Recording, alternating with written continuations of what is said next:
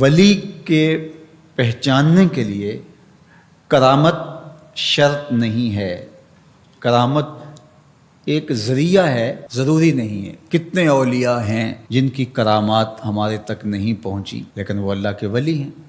سب سے بڑے ولی اس امت کے صحابہ تھے، ان میں سے کتنے کی کرامات ہمارے پاس پہنچی ہیں لیکن ہم انہیں اللہ کا ولی مانتے ہیں۔ تو یہ کوئی شرط نہیں ہے، شرط ایمان اور تقوی ہے، اور باقی احادیث میں مختلف ان کی علامتیں بتائی گئی ہیں۔ الذین اذا رأوا ذکر اللہ، ایمان اور تقوی سے متصف بندگان خدا کی ایک علامت یہ ہے جب تم ان کی صحبت میں بیٹھو تمہیں خدا یاد آ جائے، اللہ کی یاد آنے لگے۔ تو کرامت معیار ولایت نہیں ہے اور شرط ولایت بھی نہیں ہے۔ تھوک کے حساب سے مارکیٹ میں بہت سارے لوگوں کی جعلی کرامات موجود ہیں، تو اولیاء کے لیے ہم عقیدت اور محبت کے جذبات رکھتے ہیں تو پھر مارکیٹ میں 2 نمبر بھی اس کا آئے گا۔ اور ہمیں پتہ ہے غذائی اجناس سے لے کر کے ادویات تک اور دیگر ضروریات زندگی تک کہ اصل کیا ہے اور نقل کیا ہے، تو ہمیں اس میں بھی غور و فکر کرنا چاہیے کہ اصل کیا ہے اور نقل کیا ہے، نہ یہ کہ ہم چند بدطینت لوگوں کی وجہ سے حقیقت کا انکار کر دیں۔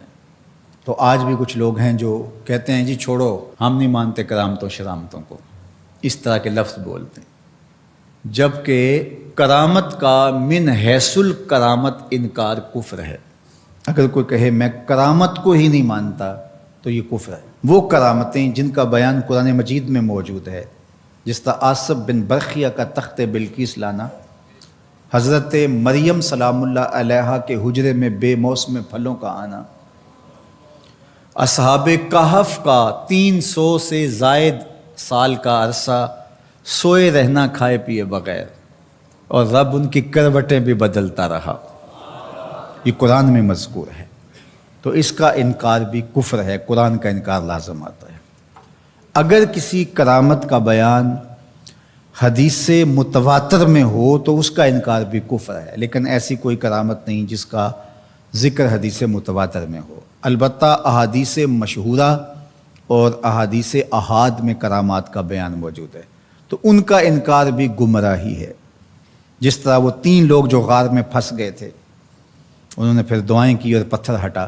جریج کا واقعہ موجود ہے، صحابہ کی کرامات موجود ہیں، حضرت عمر کے رکے سے دریائے نیل کا چلنا، اس طرح جو مسلمہ بزرگ ہیں ان کی کرامات کا انکار کرنا محرومی ہے۔ لیکن یہ بات بھی ذہن میں رکھے کہ کرامت اللہ کی طرف سے بندے کو دی جانے والی ایک عزت ہے، لیکن ولی کی زندگی کا مقصود رضائے الہی کی طلب ہے، کرامتوں کی طلب نہیں۔ لیکن عمومی طور پہ ہمارے اسٹیجوں کے اوپر اولیاء کے حوالے سے جو بات کی جاتی ہے، بس آپ سننے کے لیے بیٹھے ہیں اور خطیب صاحب نے کان پہ ہاتھ دھرا اور 2-4 کرامتیں سنائی اور چلے گئے، معیار بتایا ہی نہ، جس کے نتیجے کے اندر بہت سارے عوام اس سے غافل ہوتے ہیں۔ میں اللہ کا شکر ادا کرتا ہوں کہ ہم نے ہمیشہ اس بات کا التزام کیا ہے کہ لوگوں کے سامنے پوری تصویر رکھیں، کیونکہ مجھے اس بات کا احساس ہے کہ آپ لوگ کتنی محنت کر کے کہاں کہاں سے چل کے آتے ہیں، پورے پاکستان میں بلکہ پوری دنیا میں ہم جہاں گئے ہیں، ہمارے سامنے جو لوگ آ کے بیٹھتے ہیں زیادہ تر طبقہ باشعور لوگوں کا ہوتا ہے، تو پھر ہماری ذمہ داریاں اور زیادہ بڑھ جاتی ہیں کہ ہم جو ہے وہ ان کے سامنے وہ بات کریں جو بات کرنی چاہیے۔ اس منبر سے آپ کو وہ چیز نہیں ملے گی جو عوام کی ڈیمانڈ ہوگی، وہ چیز ملے گی جو عوام کی حقیقی ضرورت ہوگی۔ اس پر میں بھی اللہ کا شکر ادا کرتا ہوں، اس پر آپ کو بھی اللہ کا شکر ادا کرنا چاہیے، اور نہ یہ کہ کچھ 2 نمبر لوگوں کے رد عمل میں ہم حقیقت کا انکار کر دیں، جس طرح معتزلہ کر رہے ہیں، اور ایک طبقہ وہ ہے جو رتب و یابس کو قبول کر رہا ہے، اور آپ نے ایسے شخص، ایسے لوگ کہ جو اچھے انسان بھی نہیں ہیں، لوگوں کو دیکھا ہے کہ ان کو ولی مان رہے ہیں اور ان سے اپنی حاجتیں طلب کر رہے ہیں، ان کو ہادی مان رہے ہیں، مرشد مان رہے ہیں۔ وہ شخص جو خود آشنا بھی نہیں ہے، وہ تمہیں منزل آشنا کیسے کرے گا؟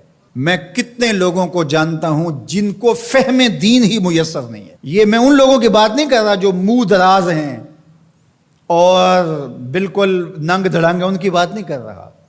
جو بظاہر حلیے میں بھی ہیں ان کا فہم دینی ناقص ہے. کتنے ایسے علماء کو جانتا ہوں ان کی توحید کا تصور ناقص ہے. تو یہ بدبختی ہوتی ہے. اب وہ کیا کسی کی رہنمائی کریں گے؟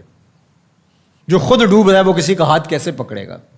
لیکن عوام ظاہر ہے ان کے گرد آئے اور ان کا کاروبار چمک رہا ہے، اور کرامتیں ہیں کہ تھوک کے حساب سے بنتی ہیں، اور پھر اس کی مارکیٹنگ کرنے والے بھی ہوتے ہیں، اور پھر اسی بنیاد پر ہی جو ہے وہ ان کا سارا سلسلہ چلتا ہے. اللہ کے ولی یہ نہیں چاہتے کہ ہماری کرامات ظاہر ہوں اور لوگ ہماری طرف لپکیں ہماری کرامت کی وجہ سے. یہ نہیں ہے. الکرامات حیض الرجال.